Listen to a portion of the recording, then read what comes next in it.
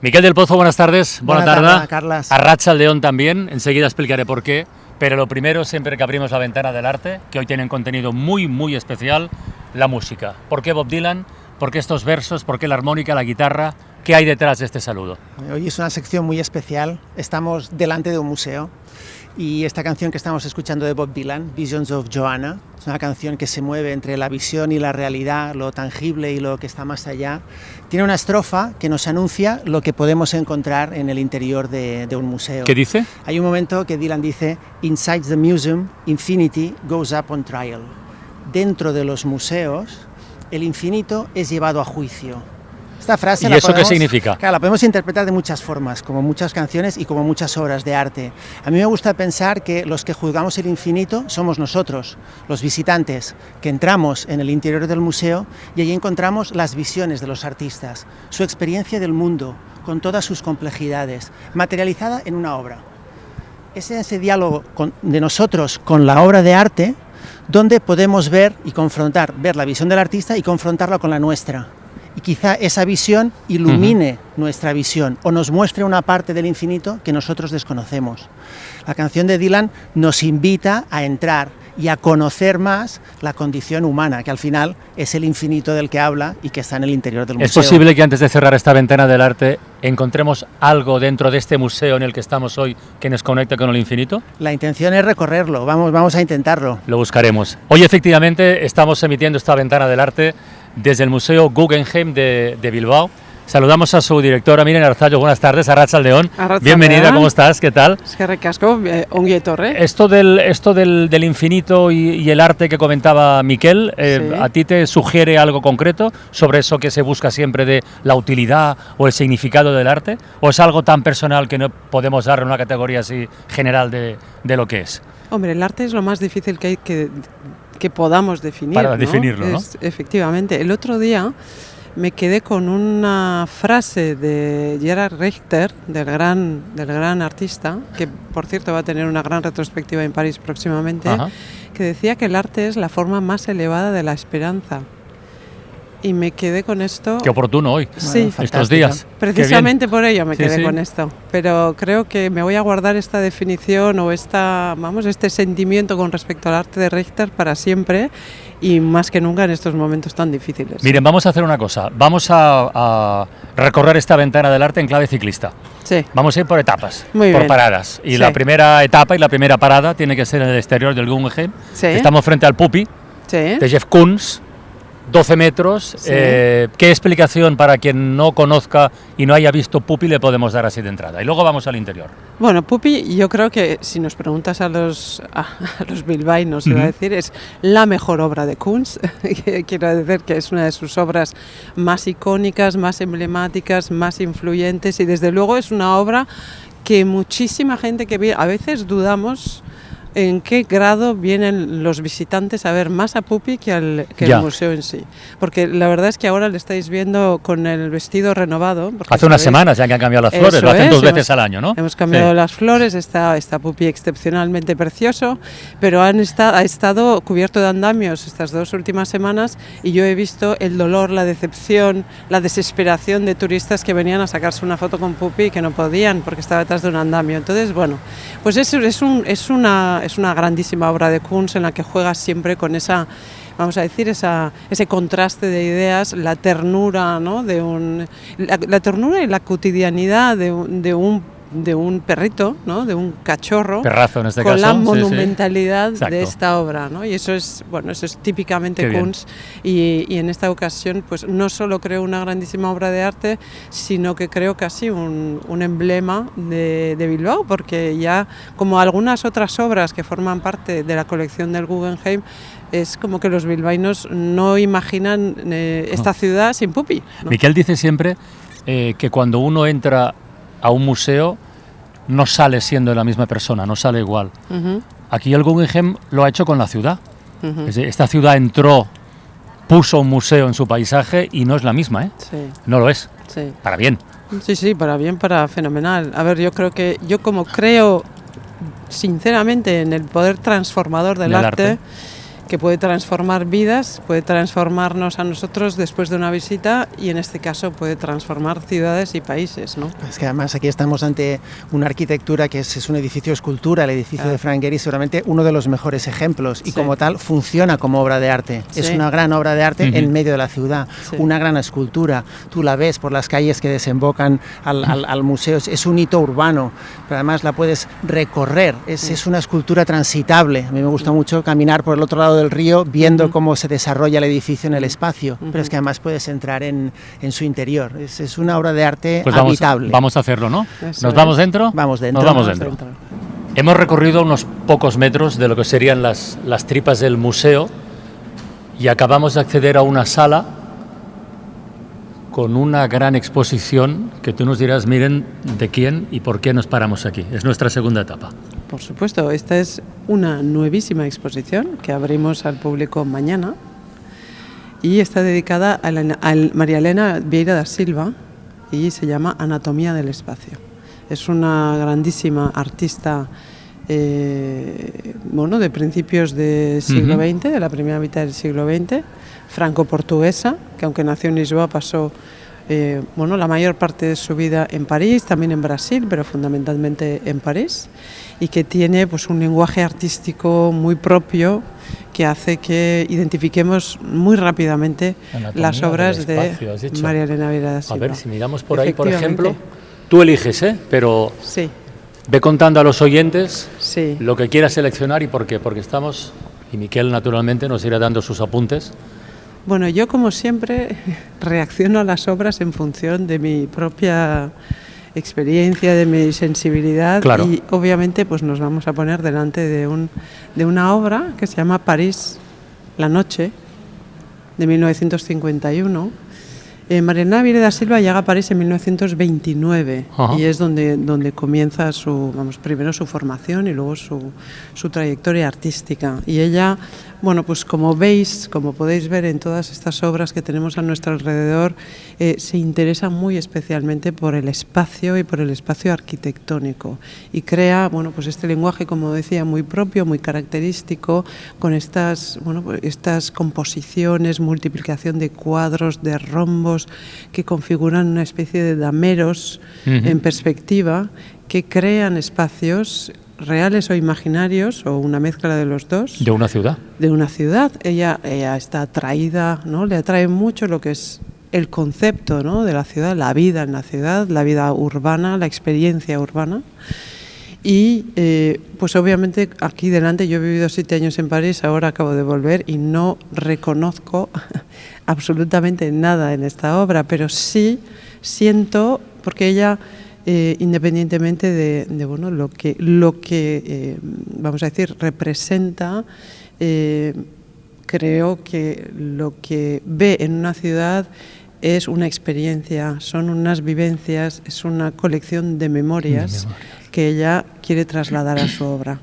Y yo en ese sentido pues me siento muy identificada, y cuando veo esto sí que evoca en mí, pues esas vivencias, esas memorias y esa experiencia de la ciudad en París, esa cosa laberíntica y a la vez bella, ese perderse voluntario. Claro. ¿Y el Miquel arquitecto qué ve aquí?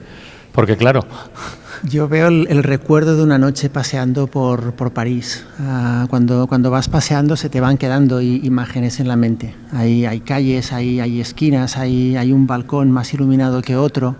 Pero si es el recorrido y luego intentas pensar esas imágenes, esas visiones, si tuvieras que llevarlas todas a una única imagen, que es lo que tenemos aquí, un lienzo que de alguna forma está sumando, está recogiendo todas esas experiencias de una noche paseando en París. No es un retrato, no es una imagen de un lugar concreto, pero sí que hay esos distintos instantes, esos fragmentos, cuando de repente te acercas a mirar algo y lo miras muy de cerca, o miras la perspectiva de la calle.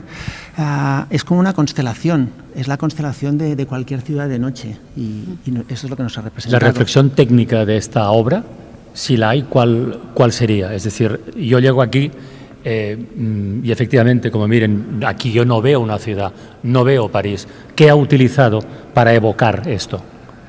Ves calles, yo aquí claramente veo una calle, veo una esquina. Sí. veo luces que luces, claramente sí, son, luces claramente, sí. y son luces artificiales. Ajá. No estamos ante una noche estrellada. Esta es otra cosa que antes estaba mirando el cuadro, la iluminación artificial lo ha llenado todo, no se ven las luces que hay por encima del cielo, y eso pasa en la ciudad tan iluminada, la ciudad de las luces. Estamos en París, todos esos recuadros, esos rombos, esos triángulos, ¿no? Esas baldosas que están en el suelo, pero también están en la fachada.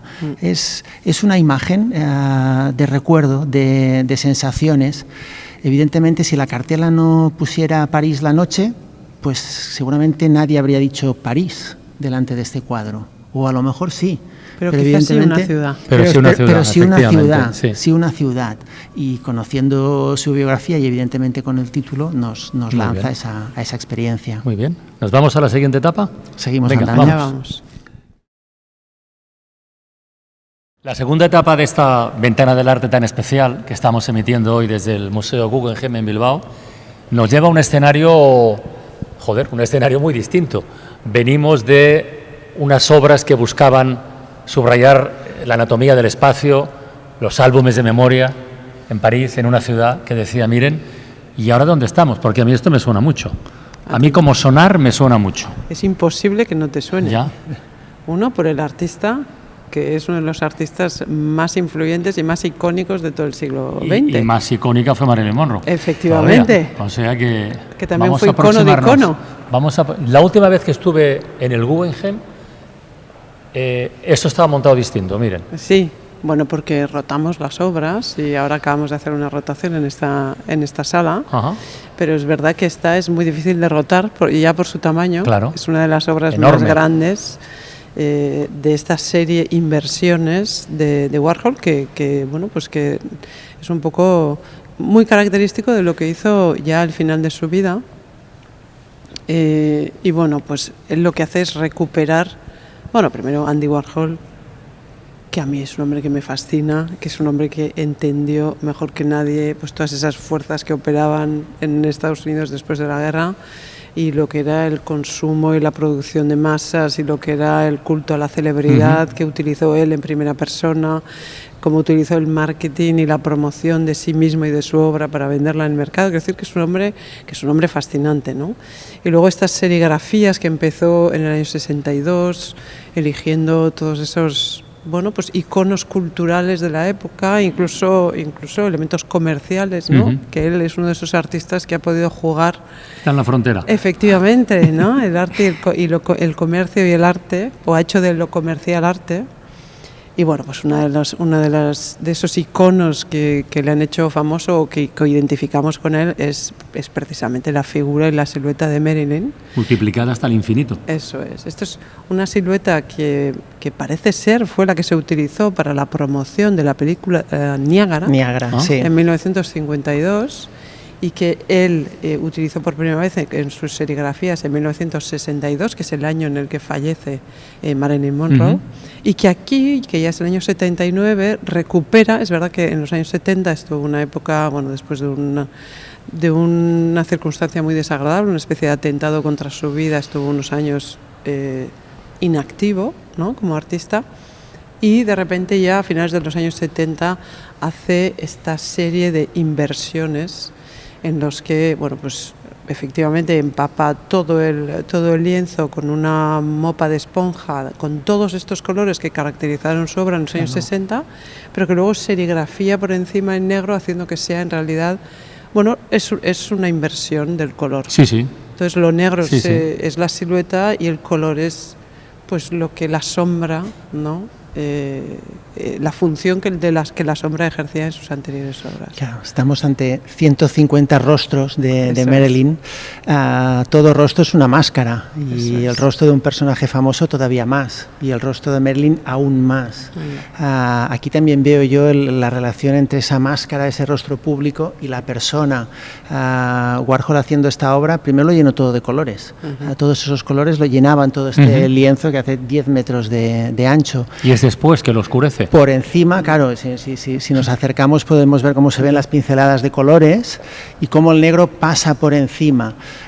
De alguna forma todos esos colores son como ese mundo interior que está detrás de esa imagen pública, de ese rostro, de esa máscara, convertida solo aquí en el negativo de esa fotografía que, como decía antes, miren, no la hizo Warhol, él cogió la imagen que ya existía, la reencuadró, sí que es verdad que la recortó, la imagen promocional era más alargada, y a partir de allí hizo una imagen icónica. ¿Qué haría hoy Andy Warhol? ¿Con qué iconos trabajaría? Mejor lo dejamos. Mejor lo dejamos en el terreno de la imaginación. Nos quedamos con esto. Vamos a por la tercera etapa, venga. A la tercera etapa de este recorrido por el Guggenheim nos ha conducido Miquel del Pozo y nos ha planteado un cambio de paisaje absolutamente brutal. Venimos del universo Andy Warhol, venimos de una idea contestataria, un poco oscura pero luminosa en el fondo, provocativa, alegre me atrevería a decir, y nos topamos con una reja electrificada que no nos deja pasar, que no forma parte de la estructura del museo, sino de una obra. De una obra. ¿Esto que vemos qué es? Esta mesa, con objetos, con luces que se encienden y se apagan. ¿Esto qué es? Es una obra de arte contemporáneo que yo creo que cualquiera que se acerca la puede entender, porque nos interpela directamente. Estamos viendo Hogar, de la artista británica de origen palestino, Mona Hatoum. Estamos viendo una mesa de cocina. Carlas, tú identificas perfectamente los utensilios que hay sobre la mesa. Hay un colador, un embudo, unas tijeras, un rallador. Sí. Hay también un mazo para aplanar la carne. Hay un molde de tartas en forma de corazón. Hay un picador de carne. Hay utensilios de lo más común, domésticos, que podríamos encontrar en cualquier cocina. Y la propia mesa. Y la propia mesa. Podría ser este espacio que estamos viendo, al que no podemos acceder porque hay unos alambres que nos lo impiden, podría ser la representación de una cocina. Pero estos utensilios están conectados por unos cables que transmiten electricidad y los oyentes oirán quizá un zumbido, de vez en cuando se van iluminando alguno de estos utensilios. De repente algo cotidiano se puede convertir en algo peligroso. El hogar puede ser la cárcel de alguien. Alguien se puede encontrar encerrado en su casa y esos objetos, que en principio tan inocentes como los estábamos viendo, se pueden convertir en algo muy peligroso. Esta obra, esta disposición, el que no podamos nosotros entrar, nos evoca todas esas personas que se han sentido atrapadas en su casa, que no podían oír porque además era su hogar y estaban encerradas y el alambre nos invita a reflexionar en el campo de concentración, pero es encerrar a alguien contra su voluntad. Evidentemente no se está hablando de violencia doméstica y es una obra que yo creo que yo llevo toda la tarde en el museo y no he podido alejarme de ella. Me ha afectado profundamente. Creo que tiene una fuerza muy especial, muy directa. Sí, está claro que lo que desea es generar malestar, ¿no? Sin duda. Generar una reacción.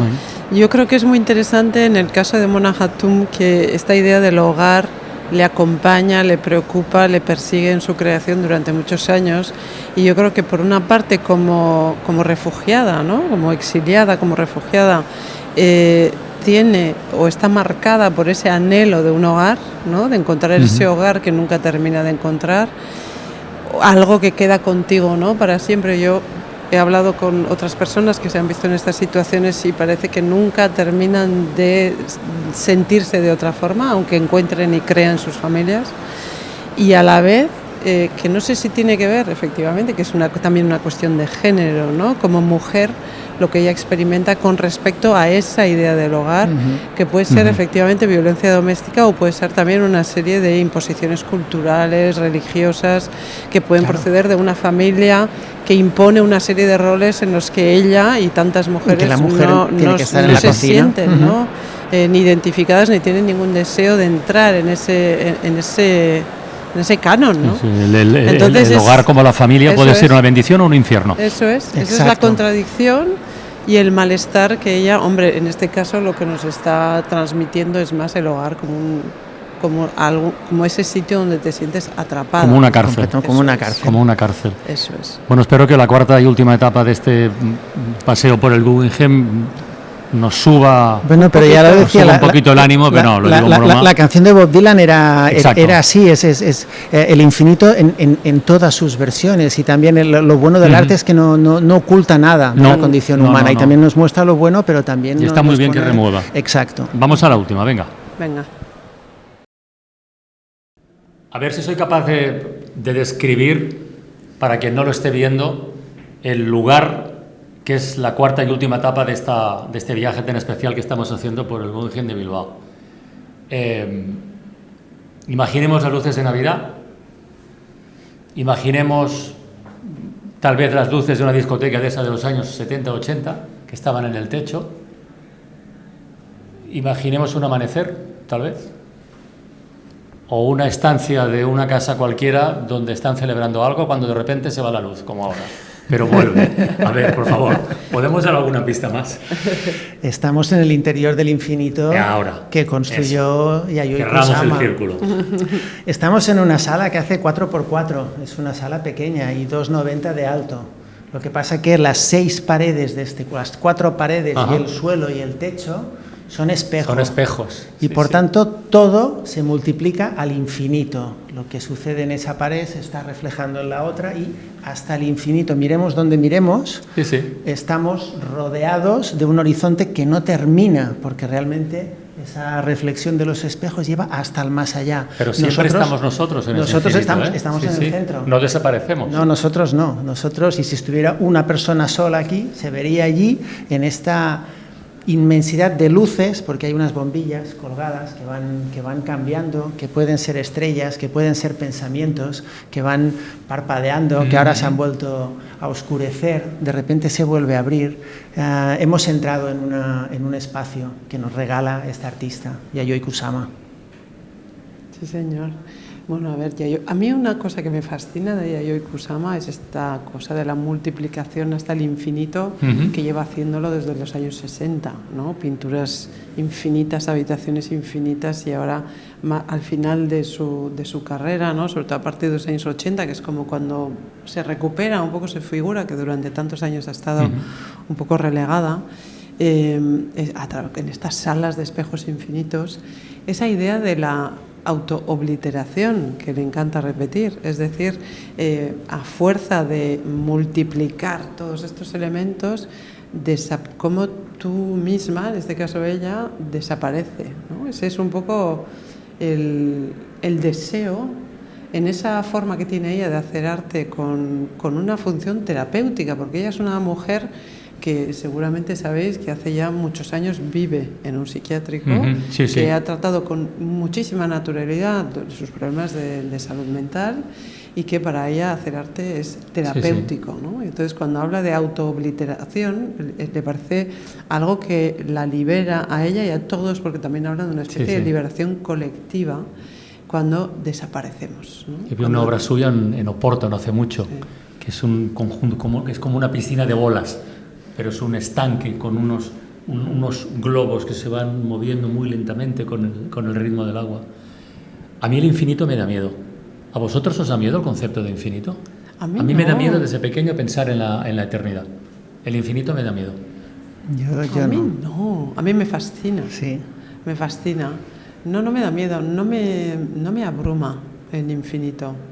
Lo que pasa es que, claro, nunca me he encontrado en la situación, por mucho que Kusama quiera que nos autoobliteremos, aquí estamos mirándonos y viéndonos en todos estos... Sí. Entonces, a ver, la autoobliteración está un poco en la mente, ¿no? Pero como nunca he terminado de desaparecer, todavía el infinito no me da miedo. Pero bueno, no sé. Déjame que cerremos esta conversación, esta ventana del arte tan particular, con una pregunta que me va rondando hace un montón de rato por la cabeza. A ver.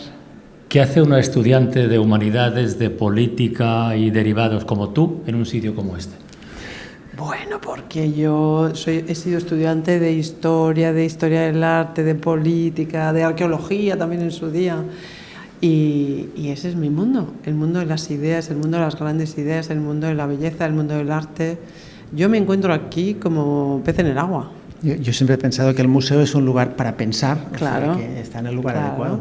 Claro, el museo es un lugar en el que, más allá de esas definiciones clásicas, ¿no? De conservar, de analizar, de exponer el arte, son lugares de reflexión, ¿no? Son lugares que están aquí para promover la reflexión, para también facilitar la conversación, no solo de una manera individual, sino colectiva, ¿no? Son lugares en los que pensamos sobre el pasado y sobre el futuro, son lugares de futuro, los museos. Entonces, yo estoy aquí encantadísima de la vida. Miren Arzallus, gracias por acogernos en esta ventana del arte y felicidades por el trabajo, de verdad. Gracias a vosotros, eskerrik asko, y espero que volváis. Agur. Miquel, hasta la próxima semana. Un auténtico Chao. placer.